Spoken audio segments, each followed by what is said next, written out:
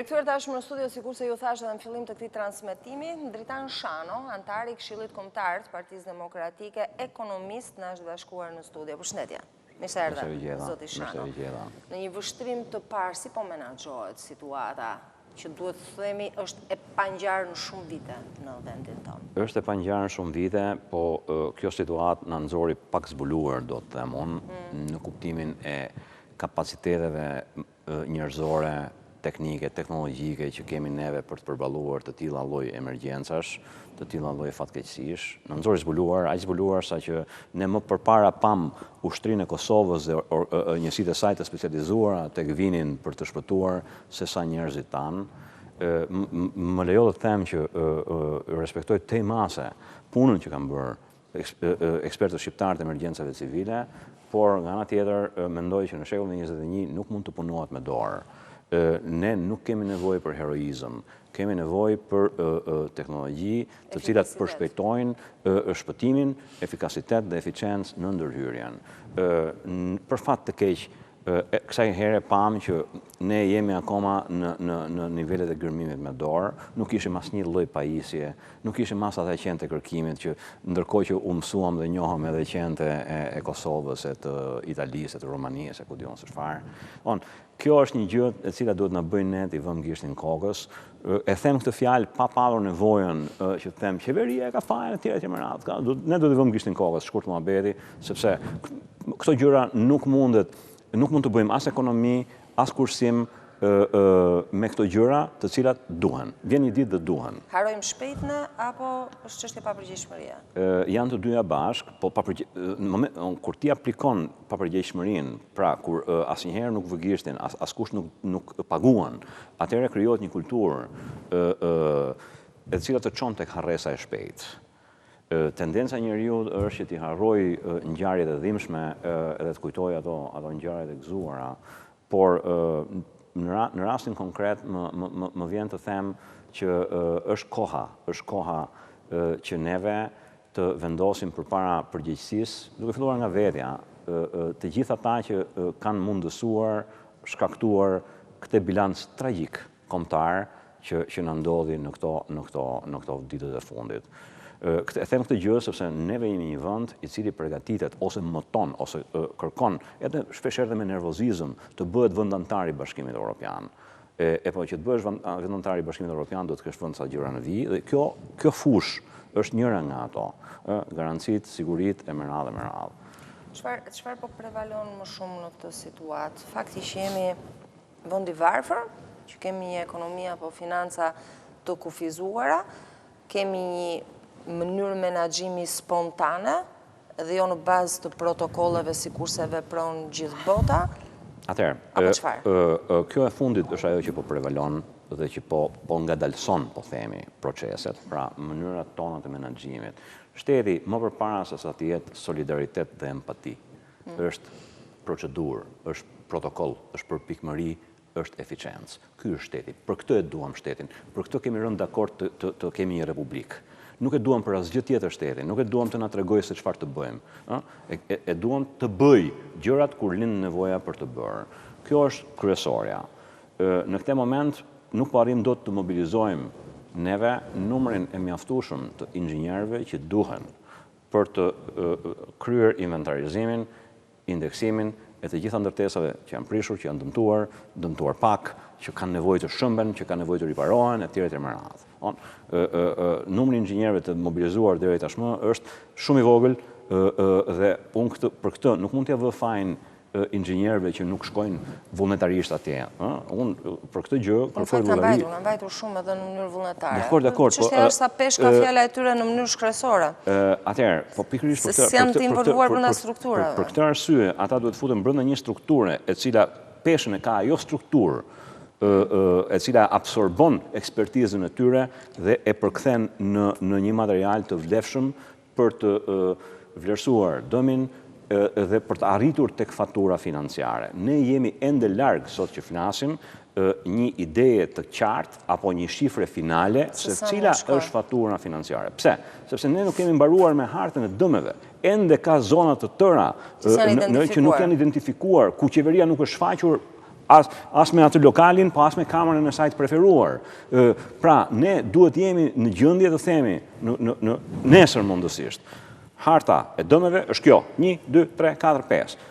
Vlera e dëmeve, mbas 2-3 ditësh, është kjo. Para se të kalojmë të vlera e dëmeve dhe mënyra se si duhet veprohet me të, ajo që ka bëm për shtypje dhe që mua personalisht, po edhe nga çfarë lexoj dhe shoh, është fakti që ka jo dhjetra, qindra njerëz të cilët thonë ne nuk e kemi parë ndihmën deri tani, ne jemi në rrugë, ne nuk dim ku do shkojmë deri më tani. Banesat tona ende nuk janë verifikuar. Të përsëris po të njëjtën pyetje, në këtë rast, kemi mangësi të forcave njerëzore, Jo. kemi munges dijesh, apo mos kemi dhe pak munges vullneti? Munges dije, munges procedure, e cila, nëse do ishim dashakeqës, do ta quonim dhe munges vullneti. Kjo është munges dije dhe munges procedure. U bë kaq ditë që ne jemi përpara kësaj ngjarje të madhe, para kësaj katastrofe që na ka ndodhur. Atëherë, për mendimin tim, duhet ishte vendosur një protokoll i caktuar se çfarë do të bëjë një individ i prekur. Hapi 1, hapi 2, hapi 3, hapi 4. Dhe kjo do të ngulur në ekranet e televizive që njerëzit ta shikonin në një mënyrë ose në një tjetër dhe t'ia kumtonin njëri tjetrit. Sot e kësaj dite, sikundër juve thatë, ju jeni në terren shumë herë më tepër se sa jam unë apo kushdo tjetër, vrehen që ka njerëz që e thon këtë fjalë, që s'na ka ardhur njëri, ndërkohë që shtëpia jonë është kështu apo ashtu. Mirë, pra, kjo nuk mund të ndodhi. Shqipëria është një vend mikroskopik, nuk është Kina, që ka një shtrirje të madhe. Ngjarja është lokalizuar, nuk është shtrirë në të gjithë Shqipërinë. Pa, o dihet perimetri. Pra, duhet vendosur një procedurë e cila duhet ndjekur me këmbëngulje, pa u lodhur. Dhe këtë gjë do ta bëjnë ata njerëz të cilët janë caktuar të qeverisin këtë vend, nga niveli qendror dhe në nivelin lokal. Si e sheh argumentin e kryeministrit pritet të vi radha? Ta bëj këtë pyetje sepse kush e ka caktuar radhën? Kemi parë në shumë momente të përdoret e njëjta metodë arsyetimi. Sa fëmike? 4. I ke bërë gjithë bashk apo 1 nga 1, e po prit radhën. Sa qëndron si... Kjo nuk është arsyetim, kjo është cinizëm puro. Me qenë se ti më dhe votën, unë ta mora, tashmë me qenë se ne kemi një trashëgimi osmano-komuniste, unë që jam kryeministri, në vend që ti jem zari jot, jam sundimtari jot. Jo, në një republikë, në një demokraci, kryeministri, qeveria janë zari, janë shërbëtori qytetarit. Ndërkohë që këtu ne po shohim krejt të kundërtën, shërbëtori që nuk le llaf pa i thënë, ofendim pa bërë, fyerje pa bërë, po nuk duhet merrem me këtë gjë. Dakor? Në rastin e tërmetit, të gjithë e kanë radhën të parët. Ata që janë dëmtuar. Nuk ka radhë. Ti e ke radhën tani, ai tjetri pastaj. Jo, duhet me vrap të madh të ketë aq shumë ekipe sa mos të lindi nevoja që prit radhën. Nuk ka radhë me këtë mes. Halli është njësoj. Nuk është çështje që unë kam hallin më të madh edhe e kam radhën e parë, ti e ke hallin më të vogël. Të gjithë ata, shumica atyre i është prishur shtëpia. E kush e ka radhën e parë? A mund të ma thuash? 1000 veta që i është prishur shtëpia. Të 1000 e kanë radhën të parë. Të gjithë ata që janë në rrugë, janë po në rrugë, janë në qiell. Ka marrë fund kjo histori, domethënë. Këto janë cinizma që as nuk dua ti diskutoj. Ti bëre një pyetje dhe më the që jemi shteti i varfër, a faturë ekonomike apo jo, në ato që listove. Por që ne të arrim të kuptojmë a jemi shteti i varfër dhe a përballojmë dot faturën ekonomike, më së pari do të dimë se sa është fatura ekonomike. Dakor? Me hamendje, me llogaritën e Stradinit është gabim të flitet. Aq më tepër në nivel qeveritar dhe parlamentar. Do të metëm pak te pjesa e menaxhimit tek pjesa humanitare dhe pastaj të flasim për pjesën e rindërtimeve, të strehimit e të gjithave, se një pjesë janë tani të akomoduar ca në çadra, ca në këto hotelet që janë hapur, që kanë hapur dyert, një pjesë kanë gjetur shtretet e afërmit, një pjesë vazhdojnë të jenë në rrugë. Dhe një pjesë që kjo është pjesa më dramatike, mendoj unë të paktën, ndoshta e kam gabim, por janë ata që janë rifutur në banesa pavarësisht se sa të dëmtuara janë ato dhe që rrezikojnë dhe nuk rrezikojnë pak në këtë moment. Sheh një lloj kaosi dhe kur them kaosi, jo thjesht nga mënyra e menaxhimit shtetëror, por edhe ofrimi vullnetar i aleancave të ndryshme, i shoqërive të ndryshme, ndihma që vijnë nga jashtë, duket se të gjithë ndoshta nga dashamirësia rendin përqendrohen në një pikë, gatuajnë, u japin ushqime, i japin veshje, ndërkohë që janë një pjesë tjetër që mund të jenë në fshatra ose në periferi që janë pak, por që nuk i di njëri që janë të dëmtuar dhe ne kemi gjetur njerëz pleq që flinin me lopën tek mullari, sepse dhe lopën nuk mund ta lëshojnë sepse me atë ushqen. Do duhej ndoshta Këtu ka një bështetim nga shteti, ose dhe një organizim i vetë shoqatave që t'jenë më të koordinuara. Mos shkojnë të veprojnë në të njëjtat pika dhe mbeten sa tjera bosh. Ky është bështëlloku institucional që po nxjerr në pah kjo periudhë krize që ne po përjetojmë. Ne kemi bështëllok institucional i cili krijon pikërisht këtë kakofoni solidariteti, ndihmash që vijnë nga të katër anët e me radhë. Ka të ngjarë që për shkak të këtij bështëlloku i cili institucional, ku nuk ka një pikë fokale që është në gjendje të koordinojë gjithë këtë solidaritet, empati, quaj si të duash, disponibilitet financiar apo material në favor të dëmtuarve, që po vjen nga të katër anët e botës, në mungesë të një pike fokale të aftë të japi zgjidhje, se ti mund ta ndërtosh një pikë fokale dhe thuash që u bë komiteti ndërministror, ku do diun se çfarë, por nuk mjafton kjo, duhet demonstruar aftësia për të dhënë zgjidhje. Pra, kush është aftësia për të dhënë zgjidhje? Një, mos ketë më pleq që flenë me lopën kemullari, të pa identifikuar. Të jenë të gjithë të identifikuar, në të gjithë hartën atë njollën ku ka rënë dhe ka dëmtuar tërmeti. Mos ketë më kuturisje, personash, shoqatash, më the, tash, të cilët nuk dinë se ku të çojnë parat apo ndihmat. Krijohen 4-5 pika, qendra të mëdha, kanalizohet i gjithë ky kontribut dhe pastaj i takon strukturave shtetërore në nivel qendror dhe lokal ta kryejnë këtë punë. Një pjesë tjetër që më shqetëson, sepse është përvoja e ngjarjeve që na kanë ndodhur, jo të këtij rangu, por qoftë dhe të tjera. Ne jemi gjithmonë me vrullin solidar dhe me zemrën e mirë në momentin e parë. Çështja është që pas 2 apo 3 javësh ndodh diçka tjetër dhe kjo harohet. Këta njerëz që mbeten në rrugë harohen. Kjo është pikpyetja e madhe. Shtëpitë e tyre ose qendrat ose banesat e reja për ta nuk bëhen as në 1 muaj, as në 2 muaj dhe as në 3 muaj. Do të duhen ndoshta edhe 1 vit, nuk e dim se sa, se nuk mund ta përcaktoj unë këtë.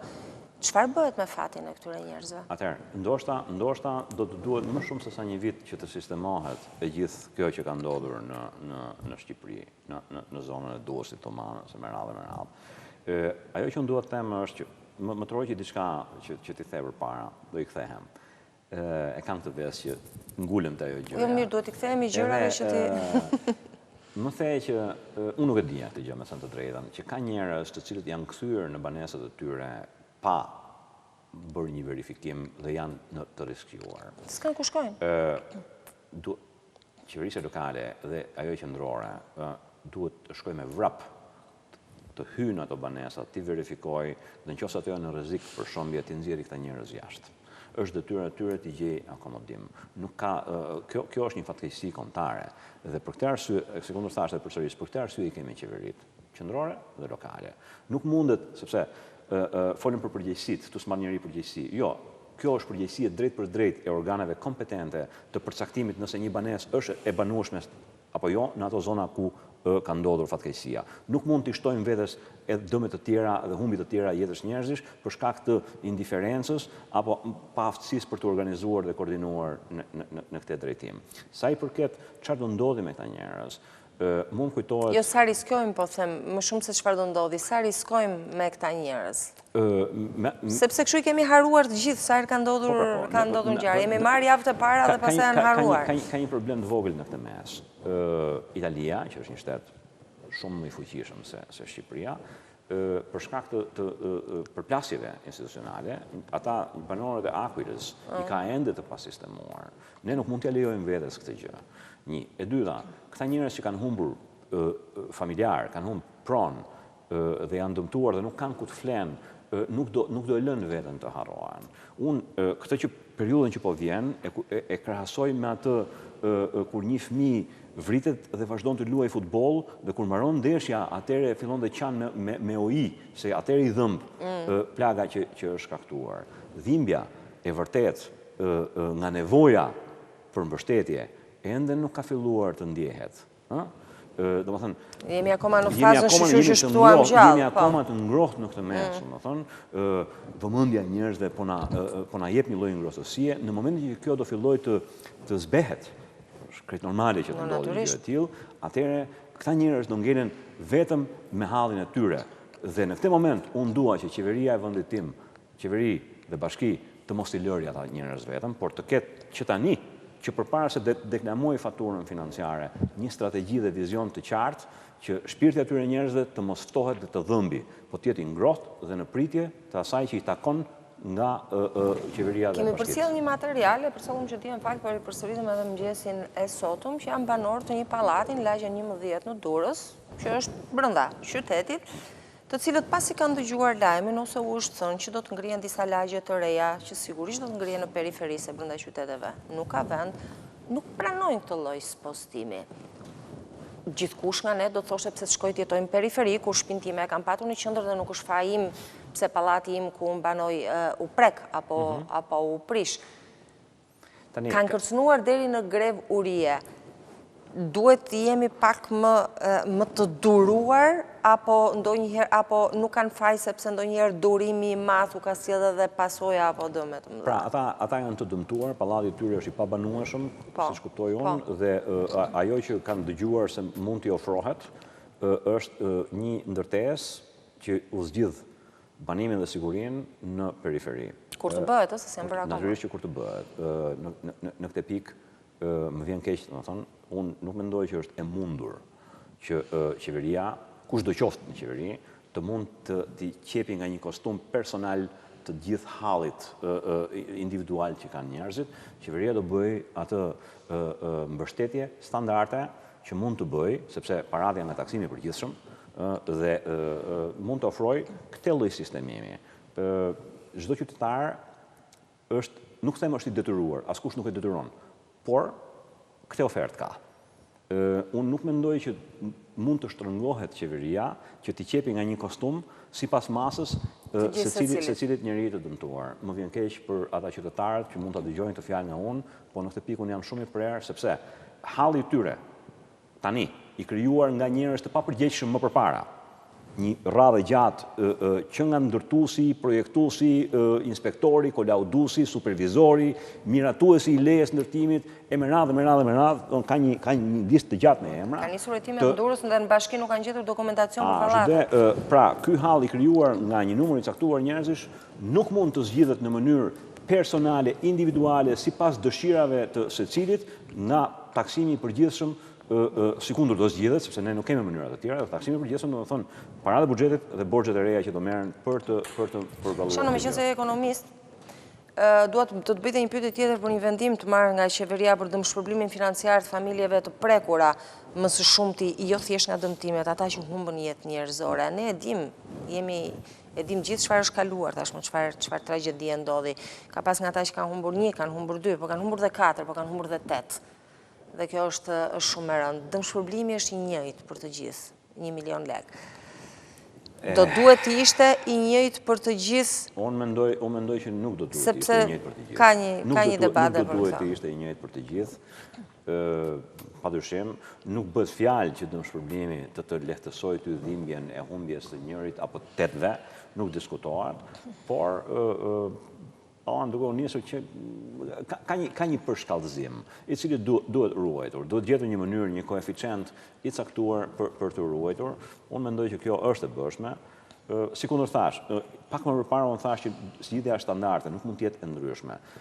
Këtu kemi të bëjmë me një tematik të caktuar, pra ti dëmshpërblen financiarisht në përputhje me për masën e humbjes që i ka ndodhur familjes, fisit, apo të dion se çfarë. Ky është mendimi im.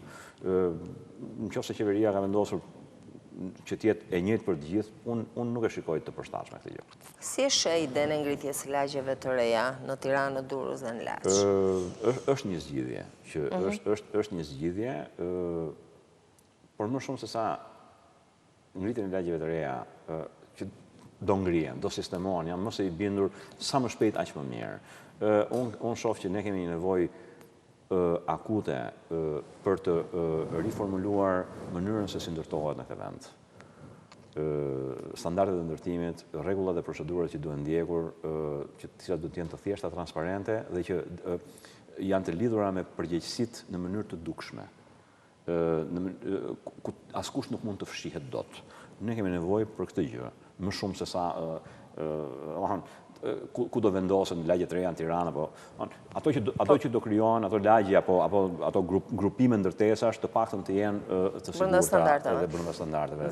Dhe beson se do të ketë një reflektim të mirë, të themi pozitiv, të gjithë hallkave të ndërtimit në vend pas asaj që ndodhi, dhe e detyron ndëshkimi i përgjegjësve për këtë që ndodhi, këtë lloj reflektimi. Unë shpresoj që po. Atëherë, unë pres nga qeveria e vendit tim një shprehje vullneti të padiskutueshëm, të palëkundur për të marrë me përgjegjësit e kësaj situate. Kam vështirësi ta besoj që kjo do ndodhi, sepse aktor të kësaj loje të ndodhur deri në tani në këto 30 vjet janë sot atje ku do duhet kjo të ndodhte, por në qoftë se do duam të hymë në Europë, në këto situata duhet se s'bën që të shtrëngohet dora fort. Të shtrëngohet dora fort dhe jo aq shumë për të shpaguar atë që ndodhi, por për të garantuar të ardhmen. Sepse ata që humbën fut këtë duar brenda, nuk shpaguhen dot. Por ne na duhet që të jemi të sigurt tek njëri tjetri që nuk do ketë më dikush që të firmosi se më se s'ka problem. Ky është problemi që na harrojmë shumë shpejt. Jo, unë këtë e pres nga qeveria që mos më harroj shumë shpejt. E pres nga parlamenti, e pres nga elitat politike, të cilat nesër ndoshta do vinë në pushtet. Kjo duhet jetë e padiskutueshme. Pra, ne do të vendosim ca gjëra që nuk diskutohen, nuk interpretohen. Janë kështu dhe pikë. Standardet të pakontestueshme dhe të pavëna diskutim. Dhe nuk mund të ndodhin ndryshe. Ne i kemi lejuar vetes një lirshmëri të pafundme në çdo fushë. Dhe vjen një moment, një lajmërim i natyrës, të nxjerrë zbuluar dhe ti humb njerëz, humb pronë, humb kohë, humb resurse dhe burime, të cilat do kishin shkuar në një vend tjetër për të përparuar diçka më shumë apo diçka. Shano, në këtë që po sheh orë pas ore dhe ditë pas dite, ka nuanca të shfrytëzimit të situatës për të përfituar. Ta bëj këtë pyetje, sepse po shohim godina të cilat po prishen, po hidhen erë me eksploziv. Ka bërë përshtypje ditën e djeshme një prej këtyre godinave, e cila ishte shpallur e parezistueshme, me rrezik shëmbje nga lëkundit e tërmetit, po s'po hidhte dot në erë tritoli. Paska qenë tritoli skaduar. Okej. Ndërkohë që në gjithë diskutimet që bëhen, korridoreve të ndryshme, ka lindur dhe një ide, prishen ca godina 4 apo 5 kaçe, që të zvendësohen dhe të hapet vend për të bërë 10 kaçe, ose dhe më shumë kaçe të reja. Sa mund të ndodh, apo jemi bërë shumë paragjykues për çdo gjë që ndodh në vendin tonë? Janë të gjitha këto gjëra të cilat duhen marrë në konsiderat. Në një moment ndjeshmërie shumë të lartë, edhe ajo paranoja është prezente. Por, si thot i moshmi, ku ka zë, nuk është pa gjë. Shqipëria është një vend që ku dukshëm ka një mafje të ndërtimit, e cila tenton të caktoj rregulla, përfitime me radhë, sikundër ka dhe një mafje të narkotrafikut e tjera me radhë.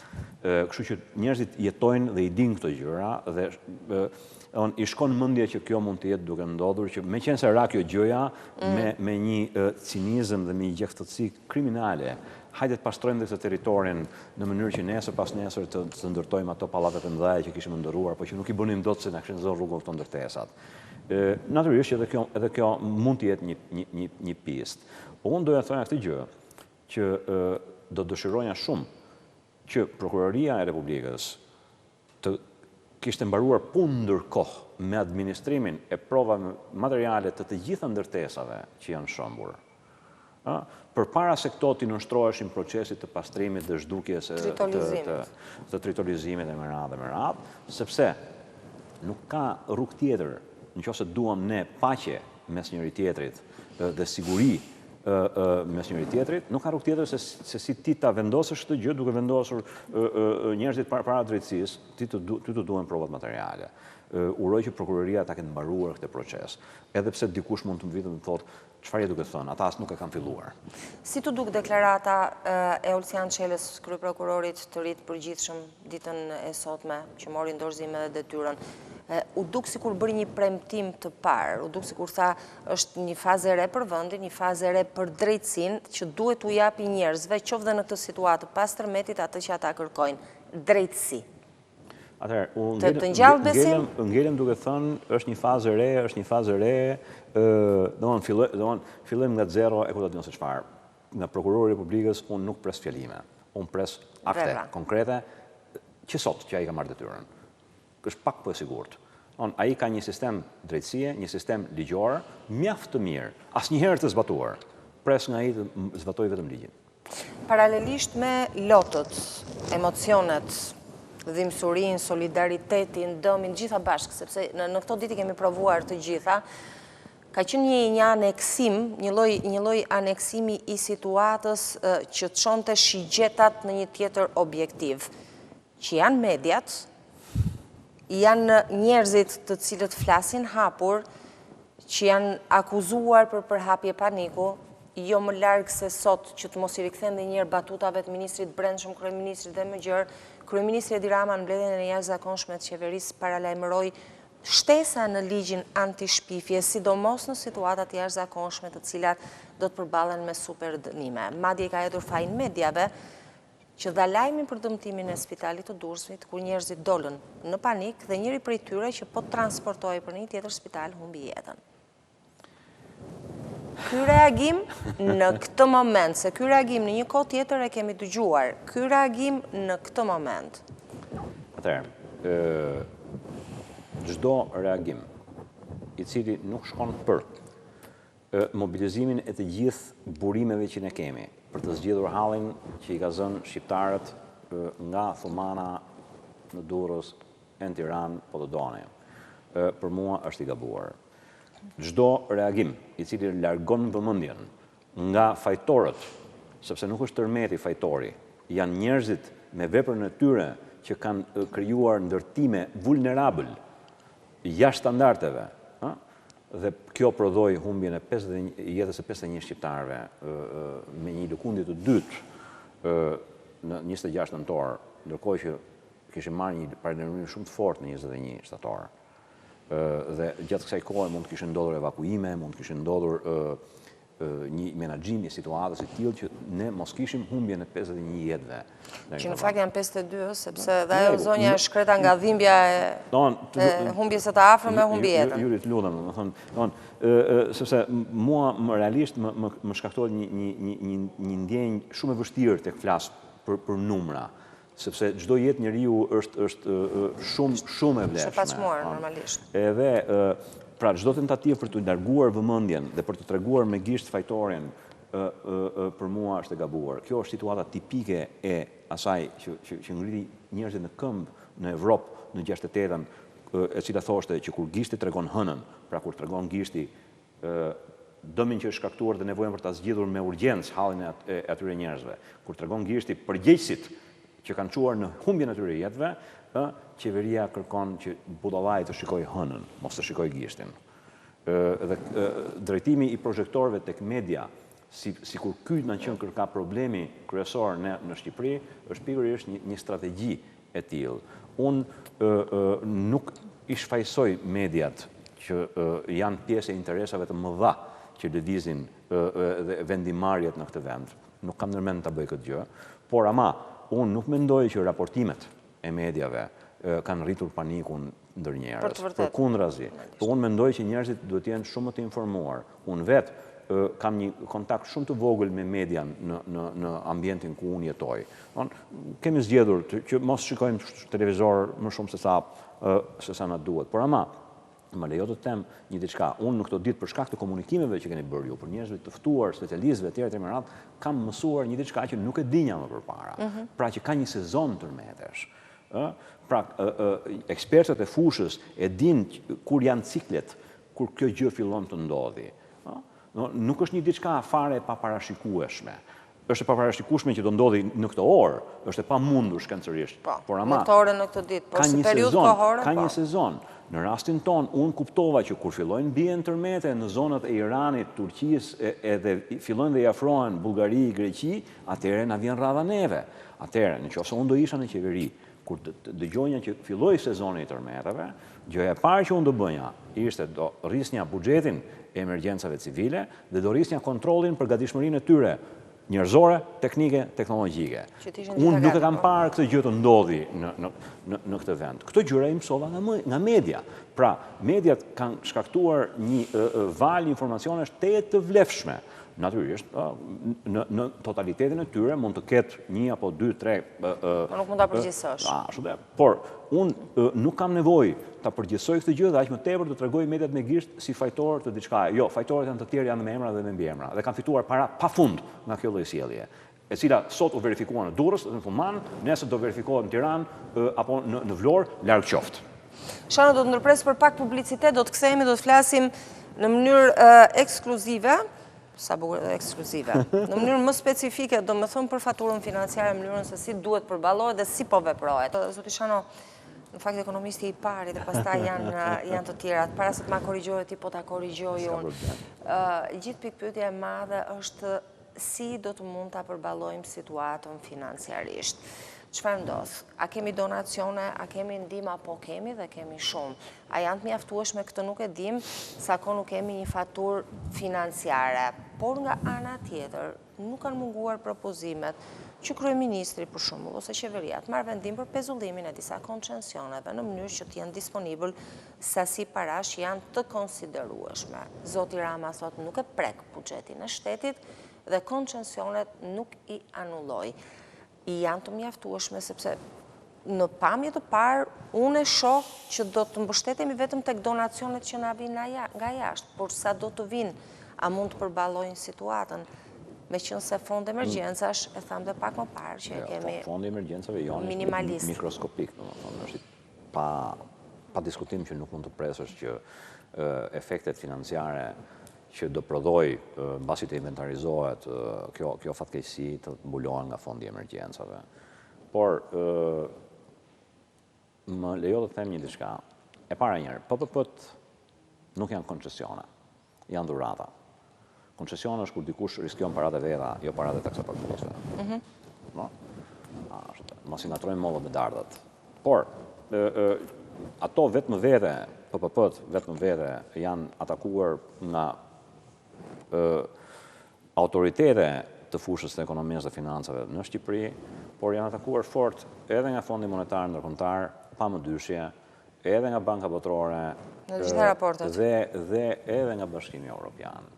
Ato mungojnë në transparencë dhe mungojnë në një arsyetim të mjaftueshëm, bindës, pse ajo është e vlefshme për ekonominë shqiptare dhe pse kjo mënyrë financimi është ajo që duhet dhe nuk ka tjetër.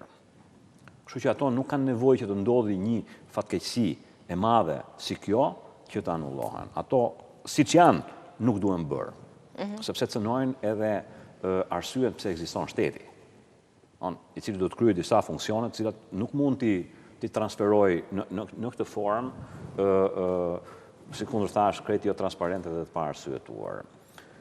Kjo është pak po e sigurt. Qeverisë i duhet të vendosi kush është prioriteti i saj kombëtar në këtë moment. Zgjidhja e hallit të njerëzve që humbën jetë, humbën pronë, humbën pse jo qetësi dhe siguri për të ardhmen, apo vazhdimi i atyre projekteve të cilat çojnë para në pakduar, nuk u dihet përfitimi publik, dihet vetëm përfitimi privat. Qeveria do të vendosi, dhe qeveria këtë vendimmarrje e bën me akte dhe me gjeste. Pra, unë shpresoj që të kemi një rishikim të shpejt të buxhetit 2020 për të krijuar hapësirën e duhur financiare për të përballuar këtë fatkeqësi. Meqense jemi tek buxheti 2020, buxheti nuk preket, ka thënë Rama, por buxheti 2020 është duke u diskutuar aktualisht. Më fal. Do të duhej të shtyhej pak në kohë diskutimi i buxhetit derisa të dilte një faturë financiare, qoftë edhe e përafërt me marzhet e saj të gabimit, në mënyrë që të shihnim se çfarë mund të tërhiqnim nga ky buxhet. Unë mendoj që po.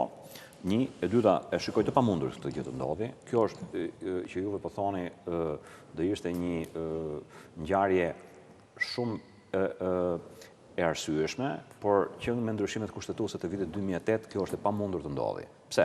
Asnjë deputet që është sot atje nuk mund ta bëjë këtë gjë pa rrezikuar karrierën e tij, sepse është një deputet liste, sido që di puna, dhe është në dorë të stilolapsit të kryeministit, të kryetarit të partisë. Fijet e Merimangës ne vazhdojmë të kemi akoma të lidhura në çdo situatë, në çdo gjë. Absolutisht. Domethënë, edhe një herë unë nuk pres që, domethënë, e mira do ishte që deputetët në këtë mes t'i thoshin kryeministrit që zotëri, faleminderit shumë, po ne mendojmë kështu.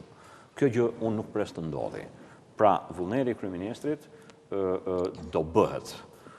Është një vullnet për mendimin tim si qytetar i gabuar, sepse thash, për mua prioritet kombëtar është zgjidhja dhe lehtësimi i hallit që i kanë zënë njerëzit në Durrës, në Thuman dhe në Tiranë, apo kudo tjetër ku nuk është evidentuar akoma sinjoll ku ka patur dëme.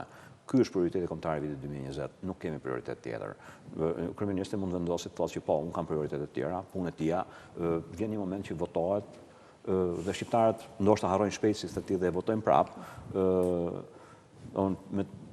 Me atë, ku di unë, me arsyetimet e tyre, por që nuk marrin parasysh prioritizimin që do duhet të bënte ai në këtë moment.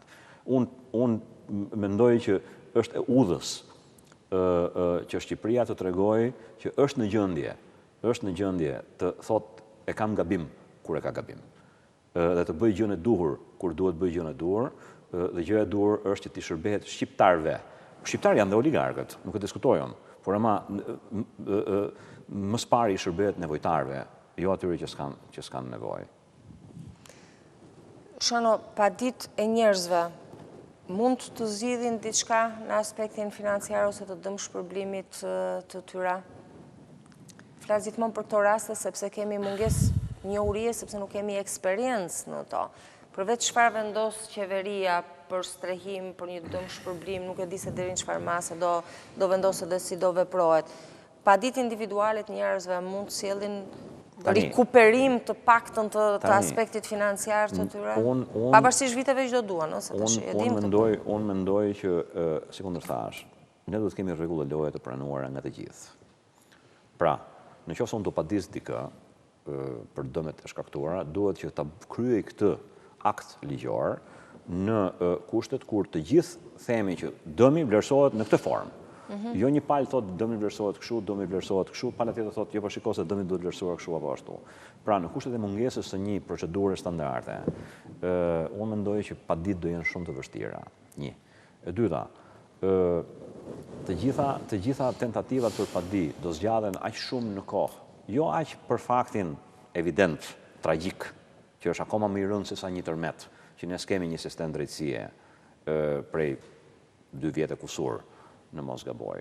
Por për tendencën që ka në mpunësi i shtetit të ndjeki të treja shkallët, sepse i vjen kontrolli i lartë i shtetit dhe edhe kur e ka gabim shkon në të treja shkallët. Dhe i thot pse se shkaktove dën ti si në mpunës. Pra, më përpara se të shkonja tek padia, do tentonja që me gjitha format dhe mënyrat të shtrëngoja qeverinë tani të bënte gjën e duhur, aktin e duhur. Kjo do ishte më e rëndësishme. Shanos, më mbetet veç se të falenderoj, ishe kënaqësi që të kisha në studio, falenderit për gjitha mendimet, ndonjëherë vlejnë këto mendime edhe si këshilla për njerëzit. Falenderit. Faleminderit. Isha me Dritan Shano, është antar i Këshillit Kombëtar të Partisë Demokratike, ekonomist, gjithashtu